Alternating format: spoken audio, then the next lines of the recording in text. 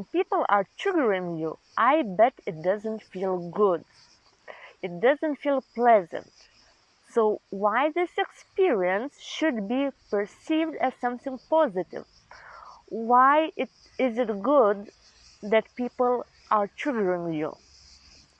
In my case, I used to believe that it's not okay if something or somebody triggers me, that it's something negative. Why? Because spirituality, the concept of spirituality made me believe this. Because I thought that that's the best state of being when you reach that level when nothing and nobody ever triggers you in life. It's like, that Zen mode that Buddhists try to reach.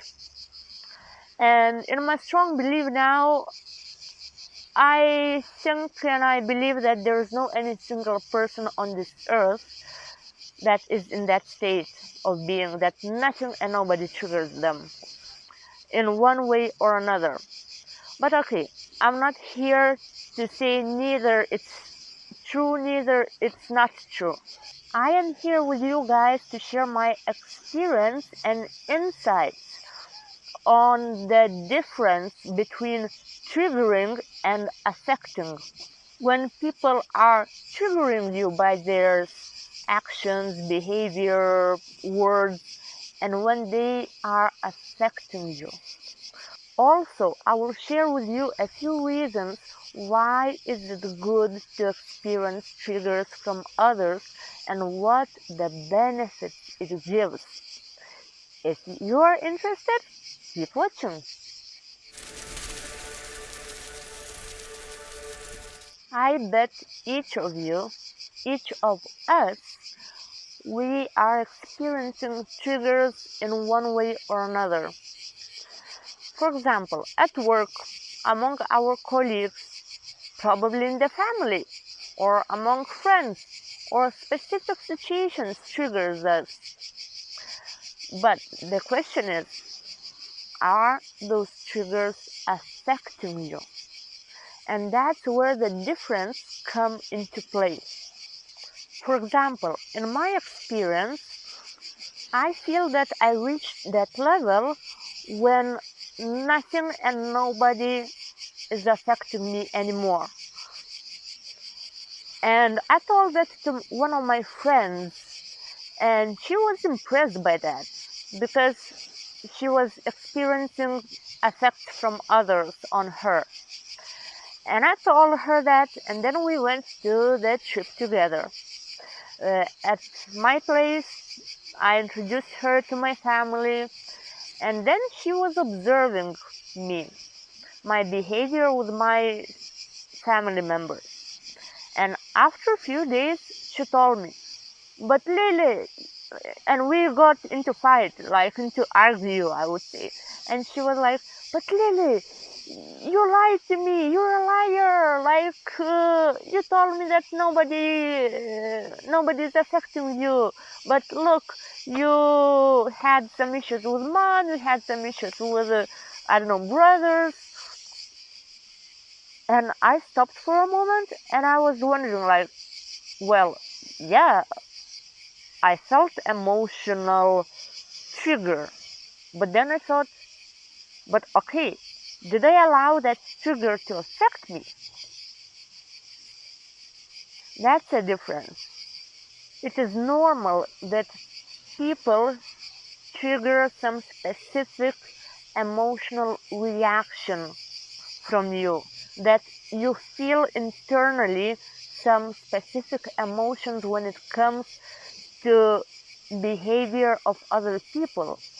But the question is, are you allowing it to affect your emotional state of being in the long run? Are you allowing it to affect your behavior in the long run? Yes, for that instant moment, maybe you express that emotion or the trigger, but you don't carry it within, and it doesn't have impact on your next day or on your further day. You just experience at that moment and you let go, and that's it, as if it never happened. So why is it good for people to trigger you? First and foremost, every trigger, every emotional reaction to somebody's behavior is a very clear message about yourself. Scientifically talking, a trigger is just a reminder about an emotional experience that you already had in the past, and most likely it comes from the childhood. But it doesn't mean that the same trigger, emotional trigger, means the situation being the same, because it's all about our perception on what is happening. For example, if in childhood a child experienced conditional love from parents when they were showing affection to a child, when they were acting well in the way as parents wanted, and when a child didn't act as parents wanted, they withdraw that affection, and that's how they were living conditionally. So in adulthood, if situation happens, and for sure it's gonna happen, when somebody withdraws affection and attention, immediately, instantly, it will be an emotional trigger because of the past experience. But the point is in the perception. A child is not able to perceive situation in few different ways. A child always personalizes the experience, that takes it personally and thinks that it's something wrong with them. If such authorities as parents, if they don't show affection anymore. So it tells a message that it's something wrong with a child. So when an adult grows up, and if they are not conscious enough, every rejection that they are experiencing from another person, when somebody is withdrawing affection and attention from them, they perceive that situation the same as in the childhood, that it's something wrong with them. When basically now, when we are adults, we understand that conditional love was always an issue of parents, and it never was an issue with a child. So that's the power of perception. So another benefit of people triggering you is it's such a good reality check. Because of the same reason, just to check your perception on the situation. Is it real what you are experiencing, or is it emotional memory from the childhood? Are you operating on the same subconscious programs, or does it have and the situation has nothing to do with your emotional experience in the past, but you perceive it as being something as in the past? So yeah, it's a very good reality check. Third benefit that triggering brings is self-reflection. Exactly. It forces us to do a self-reflection. Why am I feeling this way? Why that person is causing me to feel this way? Also, it depends on the awareness of a person and on willingness to look within, to grow and develop. For example, if I find myself being in the relationship with another person who tries to control me in any way, shape, or form, for example, control my mind, control my actions, how I'm supposed to be doing, what I'm supposed to be doing, and when I'm supposed to be doing, or even to control my beliefs about myself, then I stop for a moment and I reflect on it. What the message it tells me. Okay, first of all, I feel that energy of control coming towards me from another person.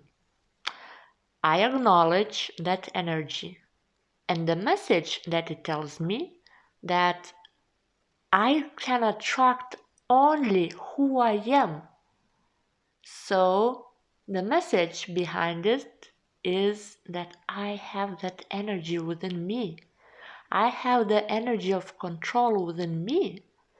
Then let's go deeper. Okay, so what am I controlling in my life? In which parts of my life?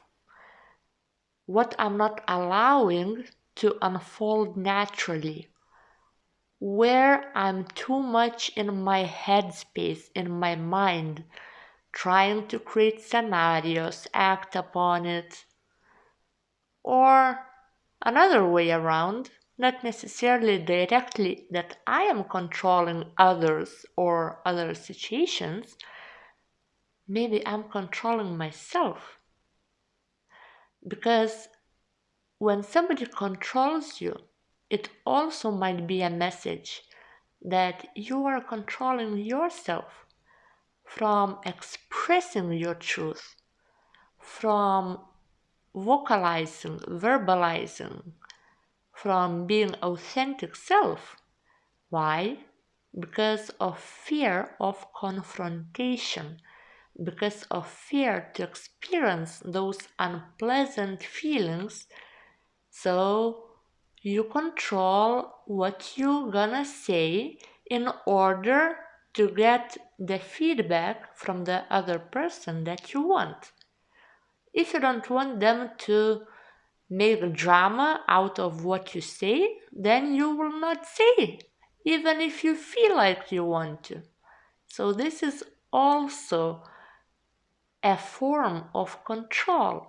So it's important to recognize how, when, where you are the same as the person that is in front of you. If you do self-reflection, if you want to know the reality, if you do reality check, what it makes you grow. It's self-improvement, self-growth.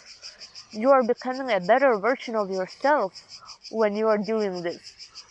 So every trigger we are experiencing from others is just a message about ourselves. When we understand that, we change perception on the topic of triggering. And from negative, we make it positive. From disservice, we make that to serve to us, to our highest self, to our, basically to our highest potential. So for now, this is it, guys. The sun is going down, and see you in next videos. Ciao.